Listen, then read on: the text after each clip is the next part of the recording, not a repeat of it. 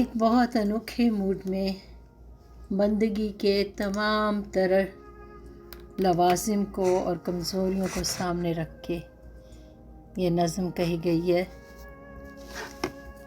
اور اس کے ذریعے اللہ تعالیٰ سے مدد مانگی گئی ہے کہ جب بھی کام کوئی ہاتھ میں لیتی ہوں، تو دل سے پہلے فتویٰ مگر میں لیتی ہوں، کہ جب بھی کام کوئی ہاتھ میں لیتی ہوں تو دل سے فتویٰ پہلے مگر میں لیتی ہوں۔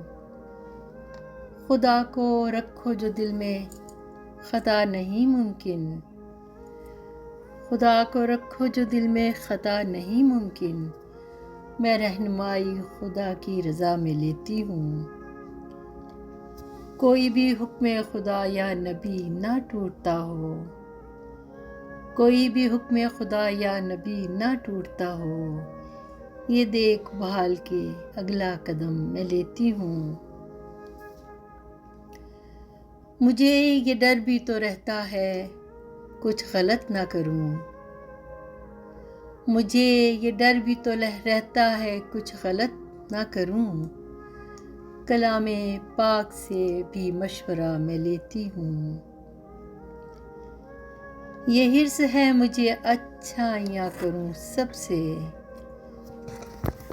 یہ حرص ہے مجھے اچھائیاں کروں سب سے، کہ نیکیوں کا خدا سے صلہ میں لیتی ہوں۔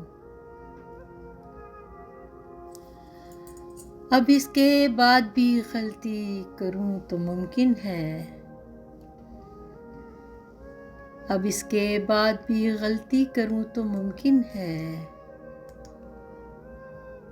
بشر ہوں اس لیے رب کی پناہ میں لیتی ہوں۔ کوئی جو مانے نہ ہرگز اگر میری نیکی، کوئی جو مانے نہ ہرگز اگر میری نیکی، خدا کی گود میں جا کے پناہ میں لیتی ہوں۔ مگر میں دبتی نہیں جھوٹ اور باطل سے، جو بات سچی ہو اس کو بتا میں لیتی ہوں۔ جو ظلم دیکھوں تو چپ رہ نہیں سکتی میں کبھی، جو ظلم دیکھوں تو چپ رہ نہیں میں سکتی کبھی، میں بولتی ہوں سہارا دعا میں لیتی ہوں، میں بولتی ہوں سہارا دعا میں لیتی ہوں۔ دکھائیں دل جو زمانے کے غیر منصف لوگ، دکھائیں دل جو زمانے کے غیر منصف لوگ، ردا میں رب کی خود کو چھپا میں لیتی ہوں۔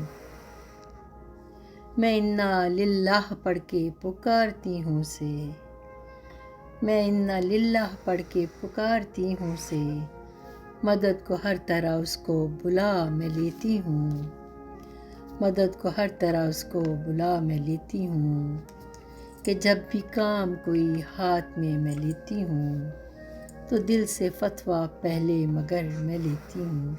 بہت شکریہ۔ اگر نظم پسند آئی ہے تو اس کو لائک کیجئے، کمنٹس دیجئے۔ اللہ حافظ۔ اور ہاں، ضرور سبسکرائب بھی کیجئے گا اور اس کو فارورڈ بھی کیجئے گا۔ جزاک اللہ۔